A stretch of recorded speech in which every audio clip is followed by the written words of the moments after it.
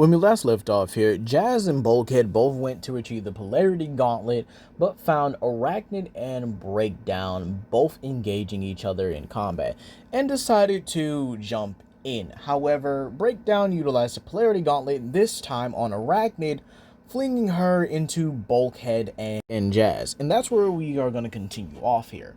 You see, Bulkhead gets up, and when he sees Arachnid and Jazz are stuck together, he immediately tries to separate them, but it doesn't work. And so he reports this back to base, where the Autobots are all concerned. Jazz is stuck with Arachnid, and says that if they don't get the Polarity Gauntlet, they'll be like that for a very long time until they find a more, I guess you could say, unsavory method to remove them. And so Bulkhead states that he could easily make his way there on wheels. However, right now, they still have to deal with the fact that Jazz is stuck to the back of Arachnid, and, well, vice versa. And this is where Bulkhead begins to kind of question them as they make their way to find Breakdown, who, I am going to change here, is injured from his fight with Arachnid to the point where he can't transform. Let's say that something just destabilizes his transformation, so he can't transform at the moment because of the injury he's pretty much gotten from her.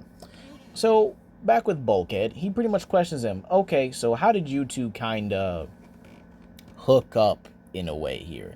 To which this is where Arachnid says, no, they are a thing. Well, in the sense of how humans go through relationships, but a little bit more detailed. To which Bulkhead says, okay, but that doesn't answer his question. To which Jazz says, yeah, he knows, but this is how it happened. Back on Cybertron, when Jazz first encountered Arachnid, or captured her, he pretty much put her in a holding cell. However, this is where some things began to arise. Seeing that Arachnid was a vital member of the Decepticon cause at the time, this is where the Wreckers actually thought about interrogating her, getting any information they can, understanding that their methods are a bit more unsavory and definitely unruly. Jazz ultimately put a stop to that, even scolding the Wreckers for even daring to at least trying to interrogate her, or at least interrogating any Decepticon in such a ruthless and unorthodox manner. Arachnid, not only hearing this, but seeing this from her cell, was a bit taken aback, an Autobot defending Decepticons and treating them in a humane manner. And so, Jazz would actually take the time to try and coerce Arachnid, take his time, showing that he is one of the few people that embodies what an Autobot means. And so eventually, Arachnid does relent, seeing the kindness in Jazz's spark.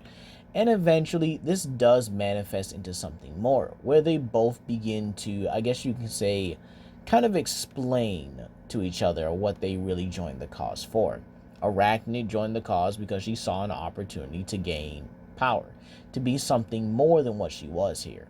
And so she kind of lost herself when she joined Megatron's side. But with Jazz, she kind of feels new, like she has a bit more of a purpose for herself here. And so that blossomed into the relationship they have now. Now, you might ask yourself here, what happens with the rest of this, right? Well, let's talk about it. They easily go to get the Polarity Gauntlet. And I'm going to be honest with y'all, it doesn't take them long here, in my opinion. I think they actually subdue Breakdown pretty quickly. Like, it's a 3-on-1 in a sense here. And utilizing the Polarity Gauntlet, they demagnetize Jazz and Arachnid. And so, this is where Arachnid does contemplate about going back to Decepticons, but realize that she's actually done way too much damage. And the fact that Breakdown, now knows that she's working with them, it's not going to be safe. So Jazz pretty much extends his hand, offering her that chance once again. Join us. Make it better, or make yourself better than what you usually were.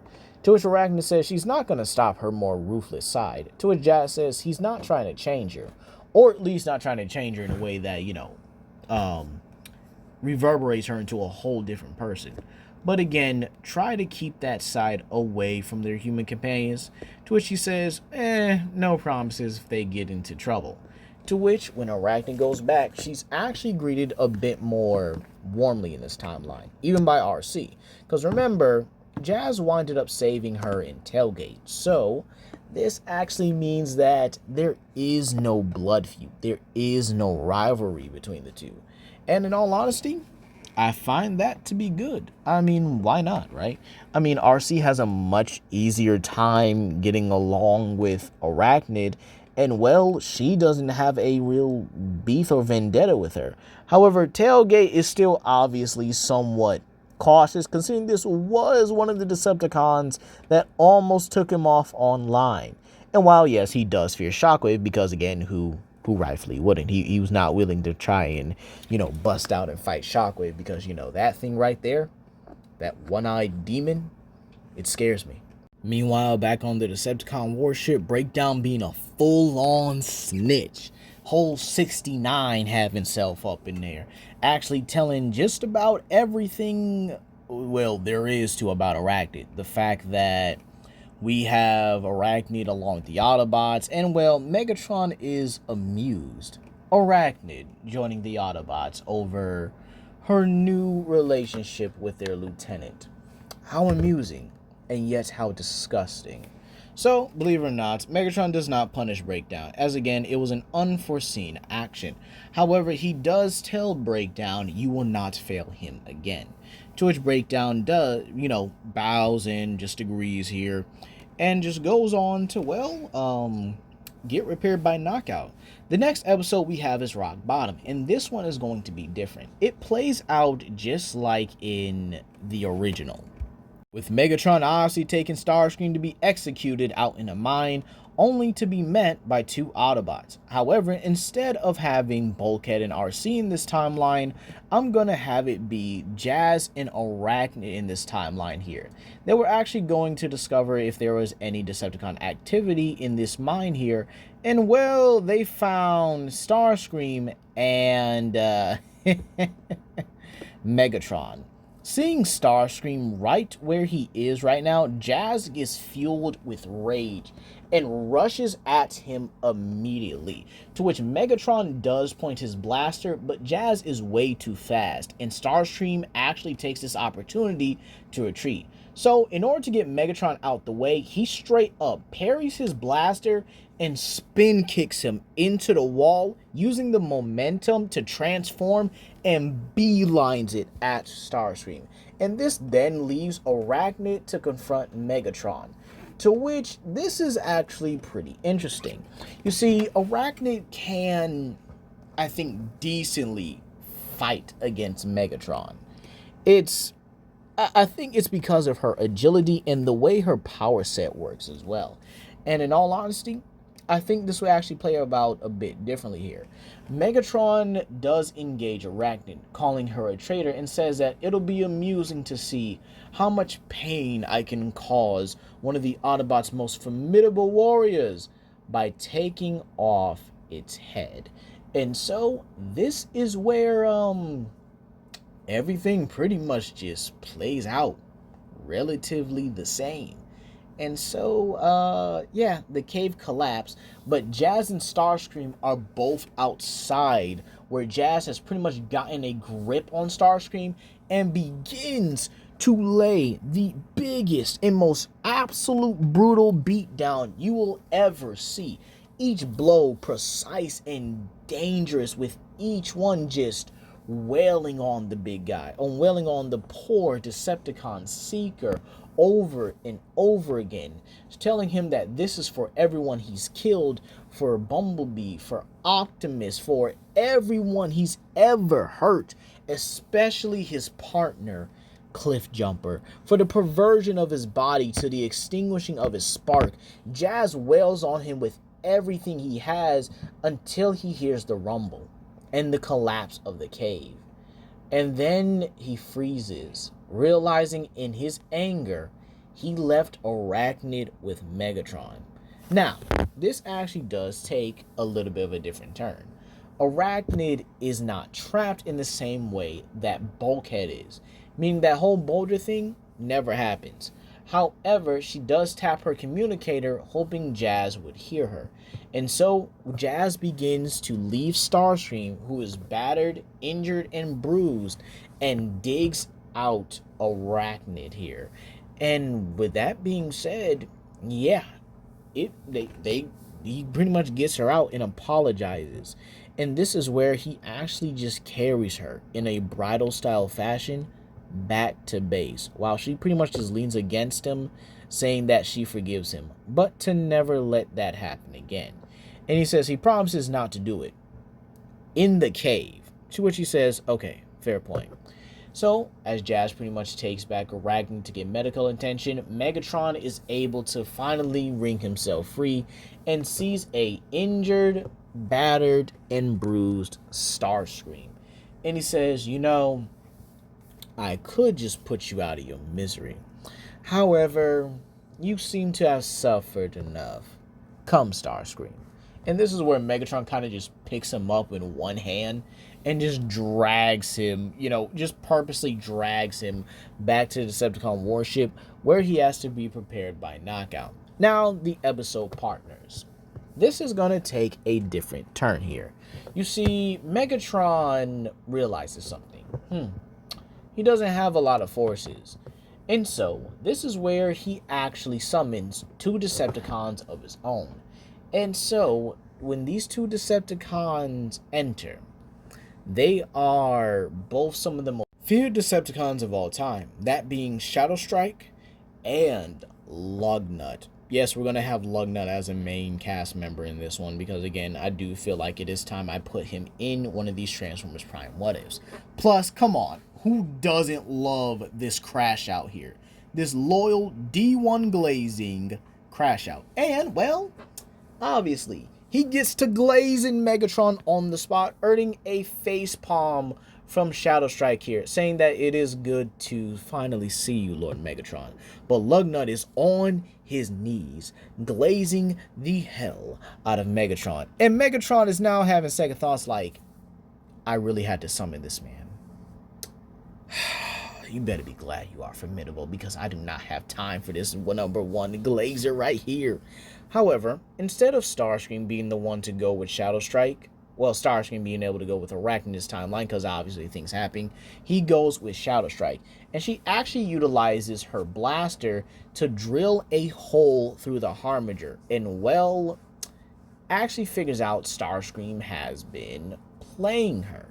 And so she swiftly knocks him onto his back and points her blaster at him, saying that if you don't tell me where the Harbinger is, or the second half, she is going to hog tie him by his head and then rip it off as she drives him towards the location.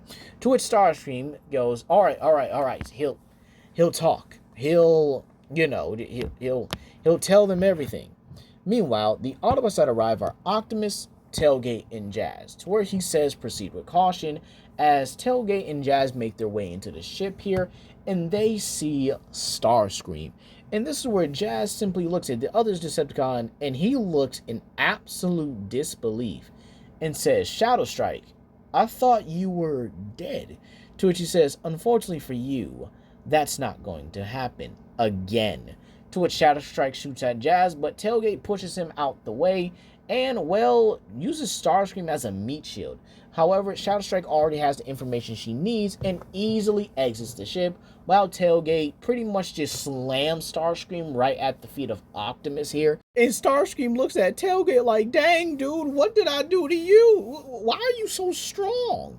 And, well, this is where Jazz permanently puts his foot on Starscream's back with his blaster pointed out and ready. However, Optimus tells his lieutenant to stand down. This isn't how they do things. However, begrudgingly, Jazz does let his foot up, but keeps his blaster at Starscream's back. To which Optimus tells him, or asks him, where is she going?